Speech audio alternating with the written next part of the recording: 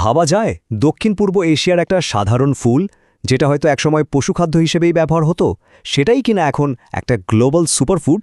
হ্যাঁ, আধুনিক ফুড সায়েন্সের ছোঁয়ায় ঠিক এটাই সম্ভব হয়েছে। আজ আমরা কলার মোচার এই অবিশ্বাস্য যাত্রার কথাই জানব। কিন্তু তার আগে আসল অবাক করা বিষয় হল একটা নরম ফুল ফ্রিজ ছাড়া কি করে দুটো বছর পর্যন্ত দোকানে বা বাড়ির তাকের ওপর একদম ঠিকঠাক থাকতে পারে। এর পেছনের বিজ্ঞানটা কি? চলুন এই পুরো প্রক্রিয়াটা ধাপে ধাপে জেনে নেওয়া যাক। একটা সময় ছিল যখন কলার মোচাকে হয় ফেলে দেওয়া হতো নয়তো গরুকে খাওয়ানো হতো, মানে বলতে গেলে খামারের আবর্জনা। আর এখন থাইল্যান্ড বা ভিয়েতনামের মতো দেশগুলোর জন্য এটা একটা বিরাট মূল্যবান রপ্তানি পণ্য। এই স্লাইডটা দেখলেই ব্যাপারটা পুরো পরিষ্কার হয়ে যায়। তখন আর এখন কি অসামান্য পরিবর্তন। যেটা ছিল একটা সাধারণ স্থানীয় সবজি, সেটাই আজ ইউরোপ আর আমেরিকার বাজারে মাছ বা মাংসের একটা দারুণ বিকল্প হিসেবে জনপ্রিয় হয়ে উঠেছে। কলার মোচা প্রসেস করার সবচেয়ে বড় চ্যালেঞ্জ বা বলা যেতে পারে ভিলেন হল সময়।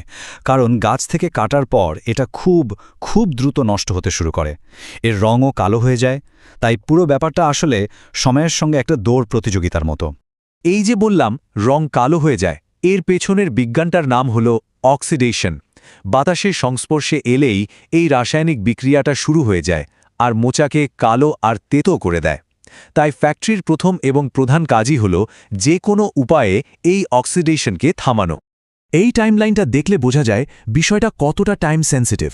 এক মুহূর্তও নষ্ট করার উপায় নেই। ভোরবেলা বাগান থেকে তুলে সঙ্গে সঙ্গে প্যাক করে এমনকি রেফ্রিজারেটেড ট্রাকে করে ফ্যাক্টরিতে আনা হয়, যাতে এর ফ্রেশনেস আর রং একদম অটুট থাকে। তো মোচা তো ফ্যাক্টরিতে এসে পৌঁছালো, এবার চলুন ভেতরে ঢুকে দেখি আসল ম্যাজিকটা কোথায় হয়। এখানেই সেই সময়ের বিরুদ্ধে দৌড়টা জেতার আসল কাজ শুরু হয়। মূল লক্ষ্য একটাই, অক্সিডেশন থামানো এবং মোচাকে দীর্ঘ সময় সংরক্ষণের জন্য রেডি করা। কালো হয়ে যাওয়া আটকানোর জন্য 4টা খুব জরুরি স্টেপ নেওয়া হয়। প্রথমে হাই প্রেশার জলে ধোয়া হয়, তারপর খুব দ্রুত হাতে বাইরের শক্ত খোসাগুলো ছাড়ানো হয়। আর 3 নম্বর ধাপটাই হলো আসল গেম চেঞ্জের। ভেতরে নরম অংশটা বের করার সাথে সাথেই ওটাকে ডুবিয়ে দেওয়া হয় লেবুর জল বা ভিনেগারের দ্রবণে। এই অ্যাসিডিক পরিবেশটাই অক্সিডেশনকে একেবারে থামিয়ে দেয়। শেষে মেশিনে কেটে বিশেষ জলে ধুয়ে এর কষভাবটাও দূর করা হয়। আচ্ছা, অক্সিডেশন তো থামানো গেল, মোচাও এখন একদম ফ্রেশ, কিন্তু প্রশ্ন হলো এটাকে 2 বছর পর্যন্ত টেকসই করা হবে কি করে? এখানেই আসছে আসল ফুড সায়েন্সের খেলা। এর পেছনের আসল রহস্যটা কয়েকটা ধাপে লুকিয়ে আছে।